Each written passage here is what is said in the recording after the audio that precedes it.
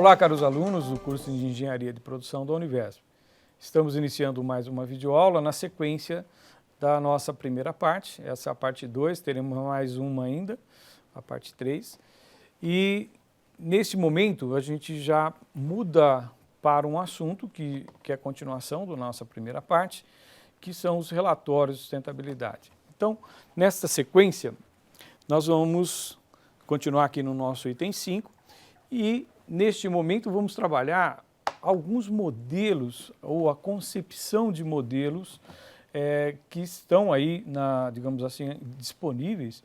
Não são todos, evidentemente, há uma infinidade, um número muito maior do que estamos aqui abordando, mas eu diria que em termos de prática, em termos de utilização, esses são os modelos mais utilizados. O fato também é que o meu projeto de sustentabilidade, ele não precisa necessariamente seguir um modelo pronto. Eu posso ir direto ao ponto dos aspectos que me envolvem como organização, como processo produtivo, com o conceito de desenvolvimento sustentável e ordenar uma forma de ter indicadores de desempenho e ter relatórios de sustentabilidade de acordo com essa demanda. Eu não preciso obrigatoriamente seguir um ou outro modelo, mas se existem bons modelos prontos, conceitualmente estruturados e sendo utilizados pelas organizações, é bom até que a gente utilize um modelo pronto para que, inclusive, a gente possa ser comparado e também comparar o nosso desempenho com outras organizações. A gente vai aprender se estamos fazendo muito bem, se estamos mais ou menos, ou se não estamos abaixo do que a maioria das empresas do meu segmento econômico estão praticando.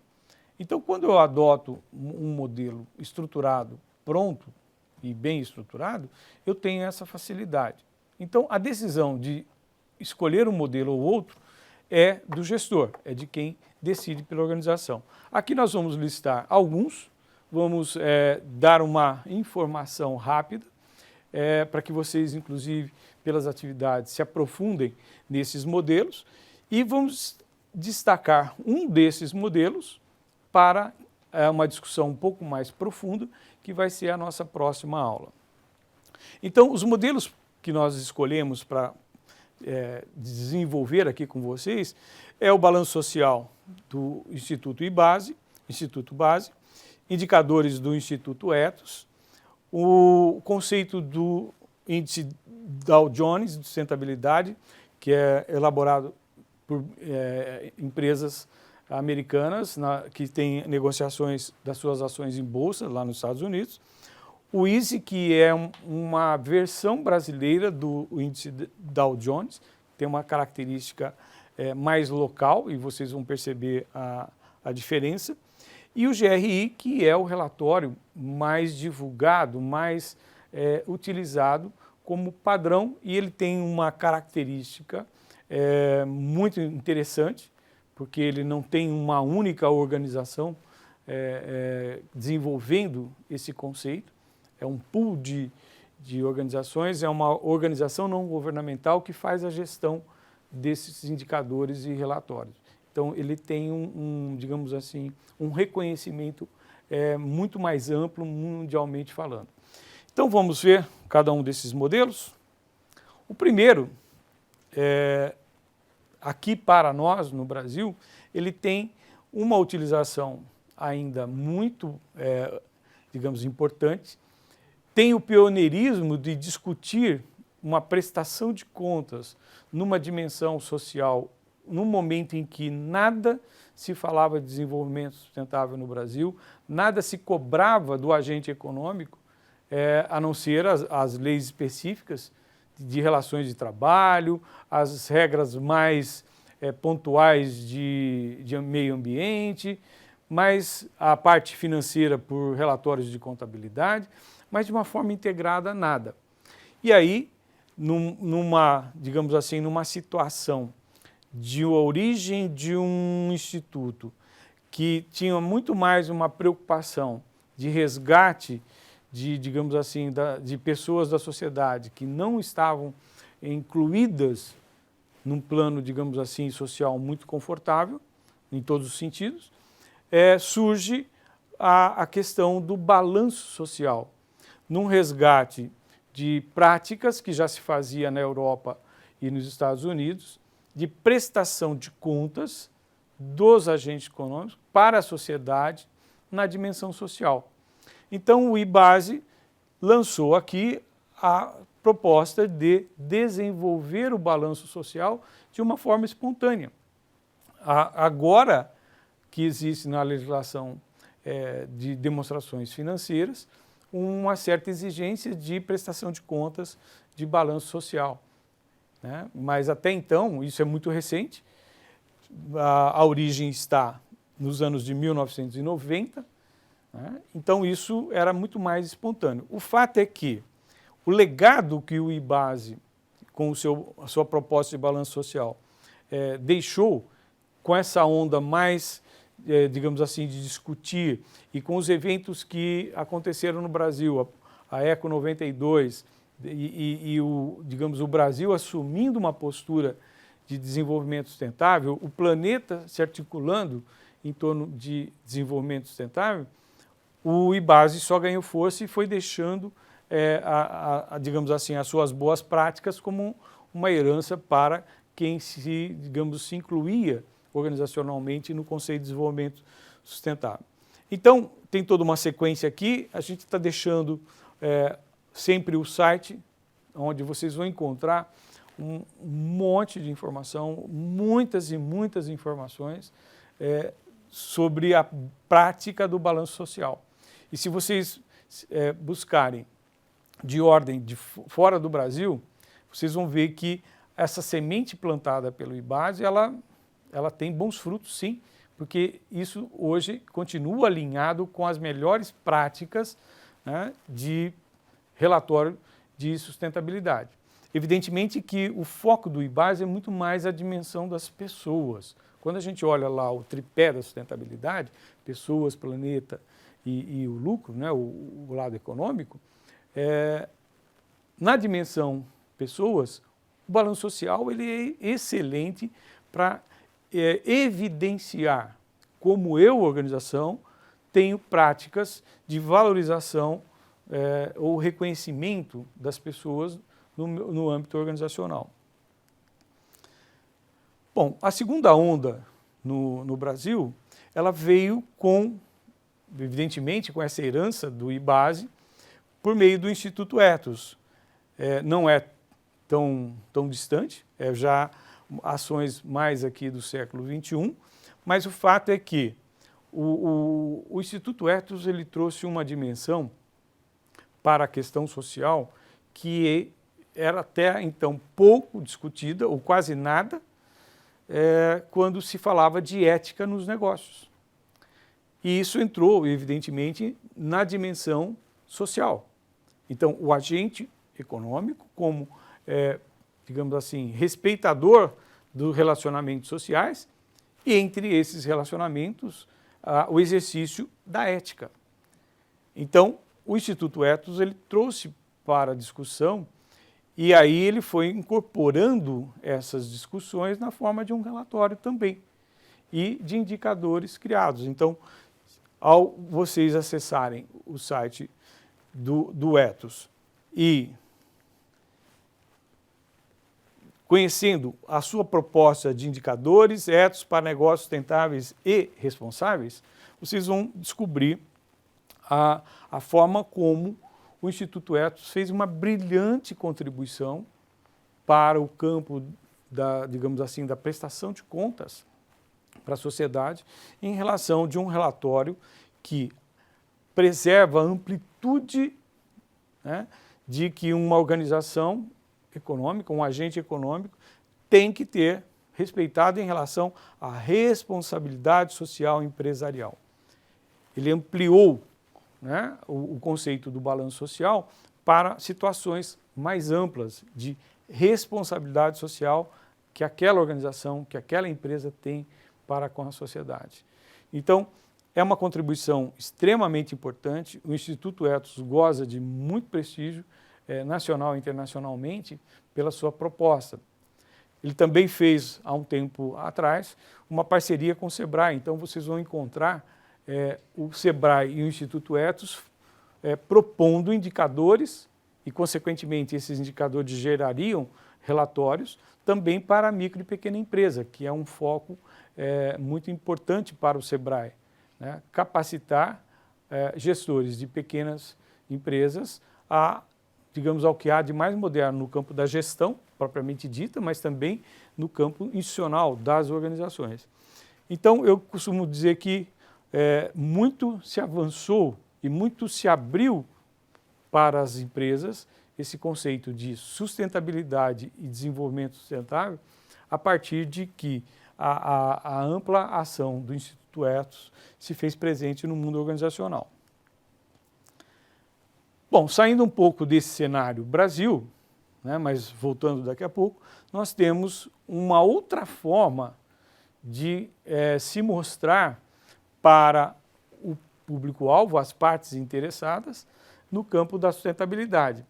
E isso foi elaborado por uma situação de empresas que possuem ações negociadas em bolsa de valores, ou são empresas de negociação pública nos Estados Unidos, e começando por lá, eles se espalharam e compilam informações de empresas no mundo inteiro, e tem relatórios setorizados. Então, trata-se do índice Dow Jones de sustentabilidade, né, que vocês podem acessar neste site aqui e vão encontrar todas as empresas que fazem parte. O interessante desse indicador e desse relatório de sustentabilidade é que ele não é permanente em termos de estrutura de indicadores e as empresas observadas, elas não são permanentes.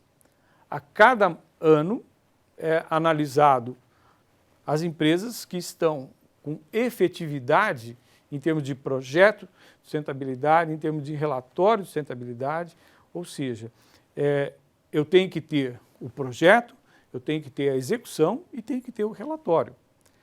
E mais, se num ano eu não cumprir com um determinado mínimo de atendimento ao meu projeto de sustentabilidade, eu estou fora o ano seguinte. Não é uma vez fazendo parte que eu estou permanentemente fazendo parte. Ou seja, para cada edição, para cada ano, os gestores desse índice, eles trabalham, os atores, os agentes econômicos, né? E eles agrupam em termos de empresa líder, em termos de segmento econômico, e aí você compara essa empresa líder ou as empresas não classificadas como líder se comparam com este ponto de referência. Então, a edição de 2018, ela tem 60 empresas líderes do planeta, em todo canto do planeta, onde se destacou como empresa líder, de acordo com os critérios do ano. Né? Essa empresa é a referência e é observado o seu relatório com as demais empresas do seu setor. Evidentemente, no ano 2018, nós não temos nenhuma empresa brasileira classificada como empresa líder, né? Por fatores que não atendem aos parâmetros mínimos, né, para ser uma empresa líder. Ele tem lá todos os procedimentos para que seja uma determinada empresa referenciada como empresa líder daquele segmento. Então, só para vocês terem uma ideia, no ano 2018, nós temos 3.503 empresas que estão listadas publicamente e que são observadas e o seu índice é calculado de acordo com essa referência de empresa líder. E aí eu tenho uma comparação, né? Se eu sou uma das 65 empresas brasileiras que está listada também nesse número aqui, de 3.503, eu vou poder comparar a minha empresa brasileira com as outras empresas do meu segmento econômico, como está, digamos assim, a minha ação de sustentabilidade de acordo com o relatório. O relatório ele é padrão, então eu tenho que acessar e informar né? Assim como o Instituto Ethos é um sistema online. E aí eu vou conseguir atender aquilo que é o foco desse indicador. Práticas de negócios sustentáveis são fundamentais para a criação de valor de longo prazo. Evidentemente que aqui o olhar é do investidor, né? Daquele que compra ações, daquele que investe no capital financeiro. Então, é um índice feito muito para a tendência de geração de valor, a geração do lucro no futuro. Por quê?